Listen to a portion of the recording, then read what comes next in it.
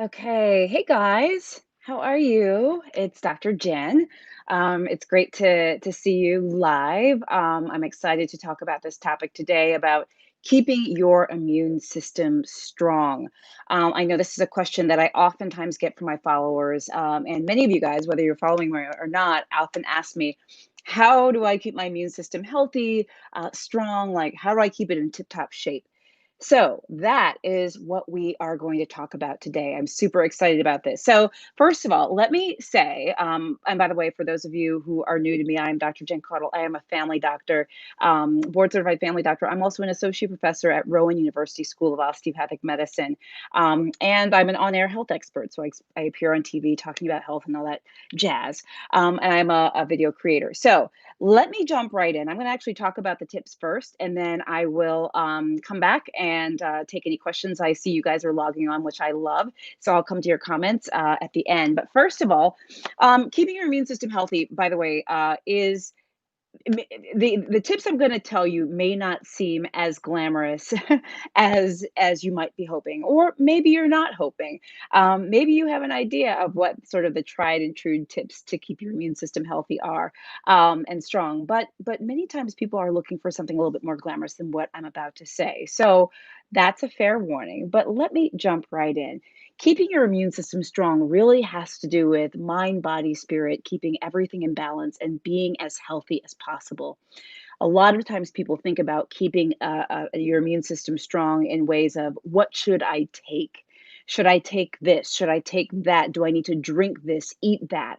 Sort of those types of things. And that's actually not the way we doctors and most medical people think about it. Less so much as, what do I need to be taking, and more of, what do I need to be doing? How should I be thinking about this? So the first thing is, I would say, and I have a whole list, is healthy eating. Now, I know you might be saying, Dr. Jen, you just said it's not about taking certain things. Well, I know. So I'm not thinking of any specific supplements, because a lot of people will ask me, what supplement should I take to keep my immune system strong? Well, there's not one supplement that you can take for that, number one. And number two, there may not be a particular supplement that you actually need to take, right? Not everyone needs supplements. You want to talk to your doctor about that. But eating a healthy diet, honestly, is, I think of it almost like the best supplement there is, in the sense that a healthy diet that is mixed with fruits and veggies, and that's got a lot of diverse stuff, lean protein, etc., that sort of diverse diet that's healthy is going to give you a lot of the vitamins and nutrients that you need, so that you're not going to need to take in a supplement or things of that nature, right? So a healthy diet that's balanced, that's not too heavy on the one thing or the other thing, but you're getting a lot of stuff in. Second thing I would say is sleep. Guys, we underestimate sleep so much, and I think it's really important that we don't underestimate sleep. Remember, getting at least 8 hours of sleep. Some people need a little bit less. That's totally fine. Some people need a little bit more. But the idea of eating, excuse me, not eating. I was actually looking at some of your comments, because I see Dennis and Dale, you commented about eating important, like cauliflower, and eating your colors, as we say. Dennis, you mentioned that in the chat. This idea that you want to eat sort of a wide variety of colors and shapes and sizes, for lack of a better way to put it. So that will help you get a wide range. But sleep is super important. We don't do well when we're not well rested. This is actually a fact. And it does not help your immune system. In fact, maybe even harm your immune system if you have not slept enough. Let's jump into the next one, exercise. Okay. And exercise comes in many different forms. I'm not saying you have to go to the gym and pound it out, because, by the way, right now, gyms are not necessarily open and in full force anyway. Wouldn't necessarily recommend that you go to gyms right now anyway. But there are ways to get exercise. We're coming into the fall period. For some people throughout the country, that means leaves are changing and it might be getting a little cooler. It might be a great time to get outside and get a walk. If you live in a high rise like I do, sometimes if I'm not able to get outside or when the weather's not so great, I literally make laps around like the hallways. Many people are buying Pelotons and different machines. You can do that, or you can just literally, look for a health video on YouTube or somewhere else and just do a workout at home. The idea is, you got to do something. Even the small things really make a difference. And even if it's just a little bit of exercise every day actually goes a long way. So don't underestimate that. Next thing I would say is stress.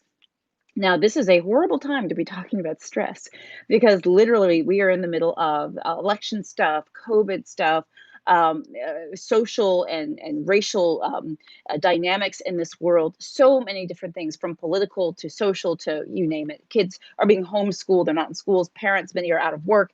Um, this is not the best time to talk about stress, but maybe it is the best time to talk about stress because this is such a rough time for so many of us. Stress takes a toll on our immune system, and it's a big thing that will keep our immune system not functioning so well. So whether that's you find therapy, a therapist online, you talk to a friend or a family member, trying to find ways to minimize that stress is going to be very important.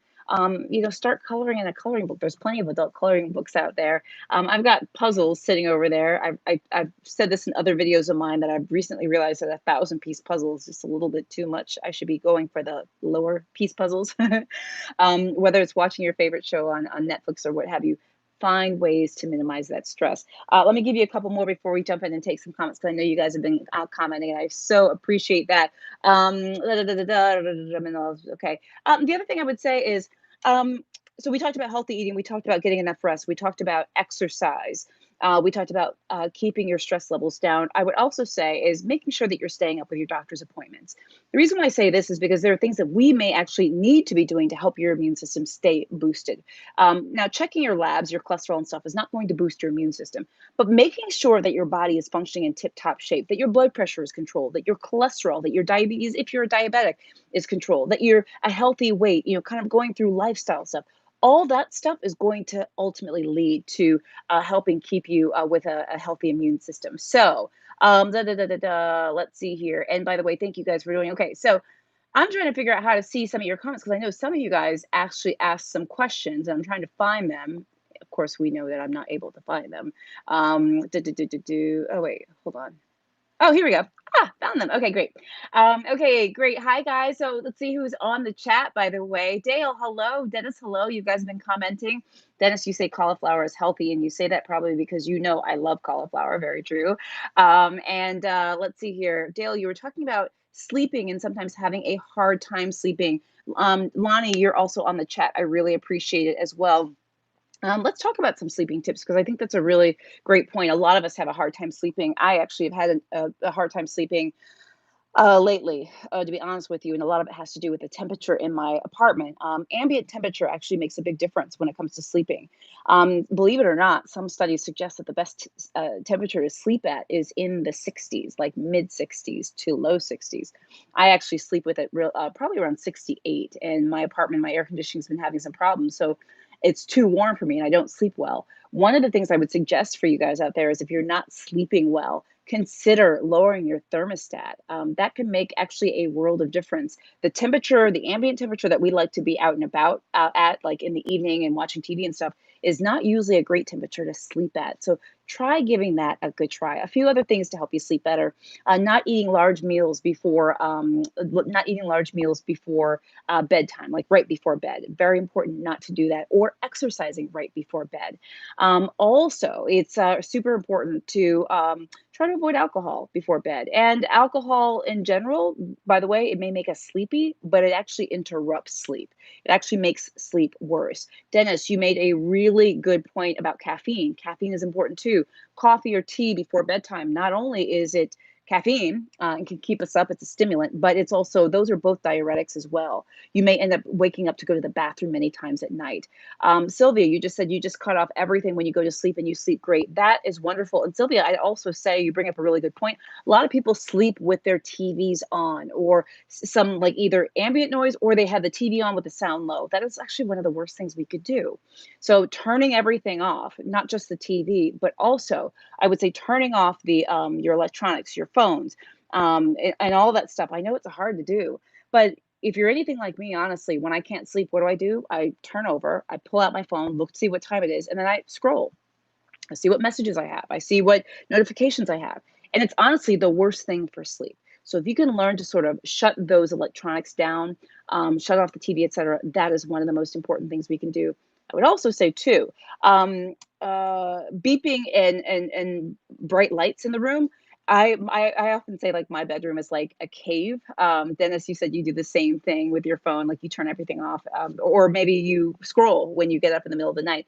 But in terms of light, I keep my room like a cave, and I think that's really helpful for me. When I was a resident doctor, or in my residency, I used to love sleeping during daylight and just sort of a lot of sunlight coming in on me. It just was always very comforting to me.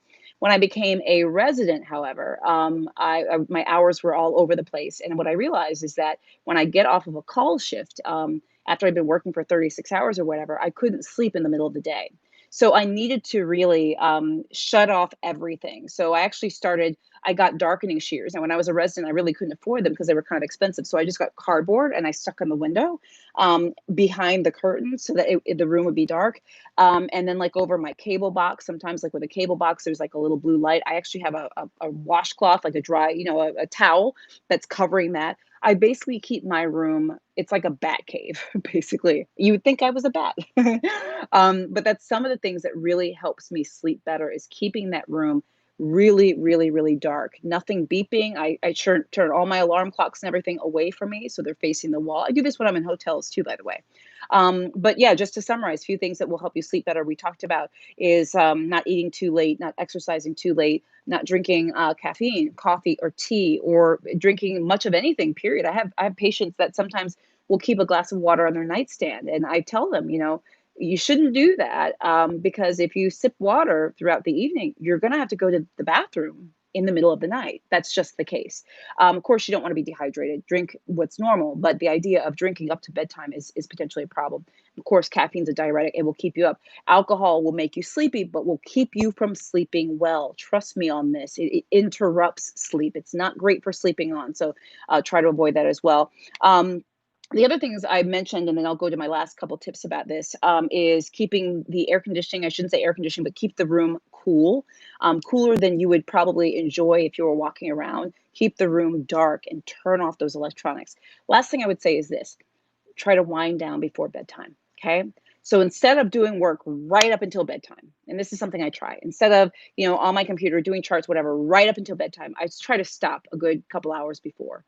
Turn on the TV, I watch HGTV or something I love. Okay. Something that kind of like makes me say, oh, what's going on in the world? That's happy. That's not mean and evil.